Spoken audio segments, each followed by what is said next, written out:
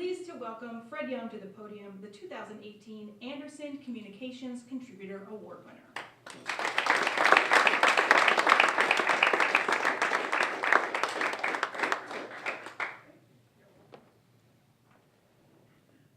Thank you.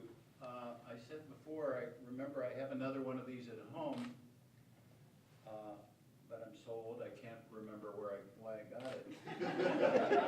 I think it's because I did a lecture for Doug Anderson quite a few years ago. It's actually smaller than this one. This is pretty cool. We'll have to get the other one to make it bigger. You know, somebody who said before, Kara say that she was old? Did you say you were old? Yeah. You don't know what old is. You're not old.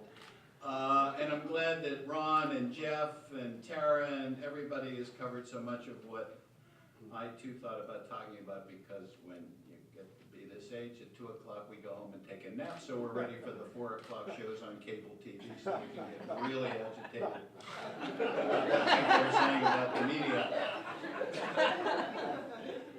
When I was contacted about this honor quite a few weeks ago, I wondered, why would a guy from Pittsburgh who went to Duquesne University, who was lucky to get a job at WTA television in the very early days of television news, and was mentored and counseled by some very talented pioneers in our business, why was I chosen for this award?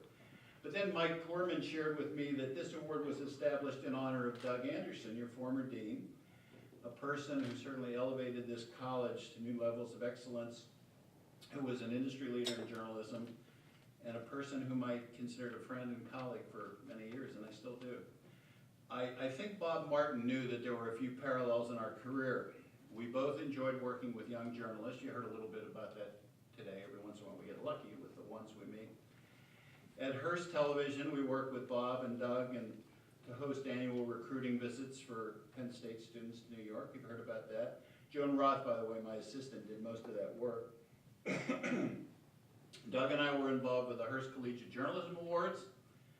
For several years, we were on the board of the Accreditation Council. There were some other parallels between our careers and our interests. Doug and Claudia spent a lot of time with their grandchildren. You all know that. Judy and I do too.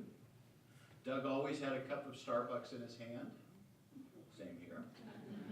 Doug always wore a blazer and a striped tie from Brooks Brothers. I like that too. That's where the similarities ended. Those of you who know Doug know that he ran several miles a day. I think I missed that course. But we got along well anyway. Doug did a lot for your college, and as a friend and colleague, he was a perfect choice for the naming of the award within your world, and I'm honored to have been selected to be honored in 2018. Before we go any further, and I won't really go on much further, I want to introduce the younger Youngs in the room. We've heard a little bit about them. My granddaughter, Zeva, is a senior here at Penn State studying biology and on her way, hopefully, to medical school. Although she's from Pittsburgh today, she was born and raised in State College and was here until she was about 14, right? And so she went to school, I think, knew Mike Poorman's kids, so it's a part of that small world of Penn State. Her mother and father moved the family back, but they're a PSU family. My son, Rick, and his wife are Penn State graduates. Rick is here from Atlanta with his son, Avi, who's doing a visitation at Penn State and getting better treatment than I got at Duquesne when I was in that school 100 years ago. My wife, Judy's here. She'll go anywhere to spend time with her children and grandchildren because she doesn't really care what I have to say. And our daughter Amy and her husband are both Penn State graduates. They're at home in New Jersey. They were here a couple of weeks ago for the Appalachian State game. They were working today, but I'm told they left all their excess cash at the creamery and the t-shirt stores on College Avenue.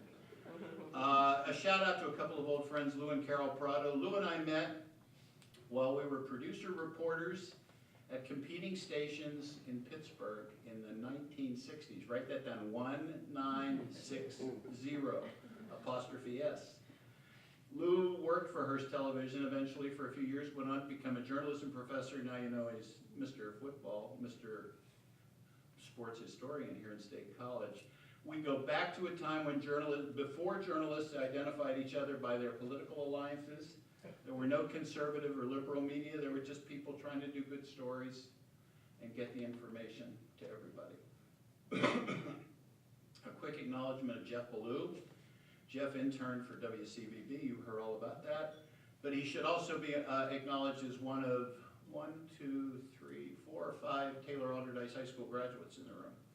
So Ms. Young, Mr. Young, the other Mr. Young. So that school is, and I was sitting next to a young woman last night whose name is, Maeve, a student. And so she wanted to get into school in Pittsburgh and a job in Pittsburgh. And I said, well, it's a little bit big. Why don't I go to Pittsburgh? She said, well, I'm from Pittsburgh. I said, okay, tell me a little bit. Where'd you go to high school? She said, Taylor Alderdice. And I said, well, so did I. And then I said, where did you live in Pittsburgh? We're taping this, right? So I have to be careful. So she said, Beechwood Boulevard. And I said, holy moly, that's where we live. I didn't really say holy moly. So it's a small world, and there was another Alderdice kid and another Pittsburgh kid, and now we live in Bucks County, and we know there's a lot of Bucks County Penn State support. Anyway, I thought when I came here, I don't know why I had in my brain that this was an extension of the mentoring discussion, so I sort of directed a few remarks to the students. So since they're not here, I can make this real short. And also to Tom Lobig back there, a longtime colleague from Pittsburgh and elsewhere in the media. I'm as enthusiastic about careers in journalism as I've been throughout my career. It's a great profession. These kids have all made the right choice, and according to media reports of the last few weeks, and I don't know your statistics, but I suspect they match everybody else's, enrollment in journalism education is up. It's being fueled by the political environment. Those kids have picked one of the best places to study. And if you pay attention, and they pay attention and work at their craft, success will be waiting for you somewhere. By the way, Ron Reagan too. He may be from Cleveland. You know what Pittsburghers think about Cleveland. But Easy. I was on that committee of the Peabody Awards that gave him the award without ever knowing Ron by name, because we really talked about the station. That was a fine piece of work. What are my concerns? No political discussion, but I'm concerned about the fake news climate. The enemy of the people climate has created an atmosphere that makes journalism more difficult to navigate. We know where fake news came from, but we know what it is today. The good news is, and this is not fake news, that national newspapers are usually doing a good job of investigative reporting. The cable networks are flourishing. Local stations are doing well financially, and mergers and acquisitions are happening every day, perhaps to a level that's a little frightening for people who are in the business. I'm concerned, could I have a little bit of water? I'm concerned that there are some television groups with local stations, some of them that have 100 stations or more, are putting forth a political agenda, which I really hate, but I didn't say that, that ask for required content and commentary and things like that, and I would only counsel applicants to be cautious about what you're, at a young level, what you're getting yourself into before you're asked to do things that you don't understand. Your readers, our readers, viewers don't understand and appreciate the value of the First Amendment, but it's with us, it protects most of us, and it's going to continue to be with us.